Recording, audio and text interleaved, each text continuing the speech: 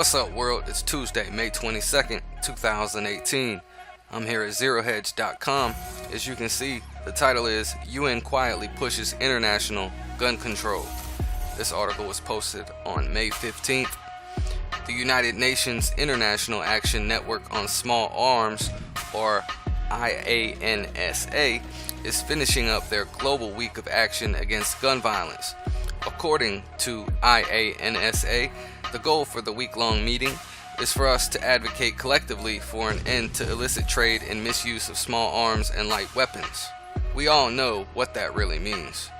The United Nations presumes they have authority over every human being on Earth, and as such, seeks to ban guns from the slaves they want to control. Of course, they aren't going to come right out and say it. It took liberals decades before they simply admitted what we already knew. They are coming for our guns. According to Town Hall, the week-long initiative took place 1 month before the Third Review Conference, or RevCon 3, on the UN Program of Action to Prevent, Combat, and Eradicate the Illicit Trade in Small Arms and Light Weapons. In 2005, the UN also adopted the International Tracing Instrument, or ITI, which is a politically binding instrument requiring states to ensure that weapons are properly marked and that records are kept. Moreover, it provides a framework for cooperation in weapons tracing, fulfilling one of the commitments governments made in the program of action. Improving weapons tracing is now part of the 2030 Agenda for Sustainable Development. Of course, anyone who has read into the 2030 Agenda understands it's nothing more than a blueprint for the global enslavement of humanity under the boot of elitist corporate masters. Mike Adams with Natural News perfectly translates the 2030 Agenda. Goal 11 perfectly outlines the UN's need to eliminate guns from the public and put them in the hands of those who will be ruling the masses.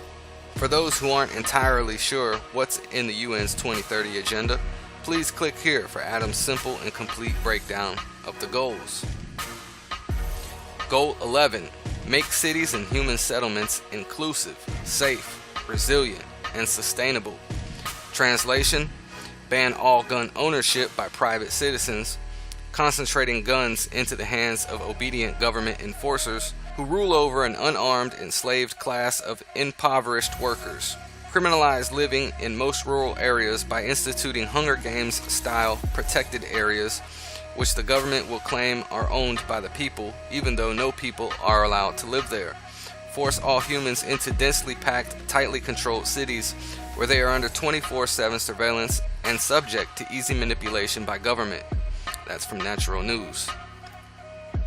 The IANSA group listed their goals on their website, saying they want to urge governments to exert greater control over ammunition, the component that makes guns lethal, make concrete commitments to increasing women's participation in small arms control, provide greater support for survivors of gun violence, crack down on corruption that facilitates the illicit trade in small arms and ammunition, enact or strengthen legislation to disarm domestic violence abusers. They will also attempt to continue to use the mainstream media's anti-gun propaganda campaign to program the minds of the public into willingly disarming in order to accept their slavery. The propaganda campaign, similar to that of all totalitarian regimes, is stated as engaging media outlets to ensure gun control and disarmament remain a priority in your country, linking it with the upcoming RevCon 3. And that's from the IANSA website. This is nothing to thumb one's nose at, yet it is important to remember that those in power are few and the rest are many. The more eyes that can be opened to the horrific future we will suffer at the hands of the global elitists can be changed if we stick together and declare our freedom as ours, and no one can take away our basic fundamental human rights. Mike Adams said it best when he wrote, "The UN is planning nothing less than a global government tyranny that enslaves all of humanity, while calling the scheme sustainable development and equality."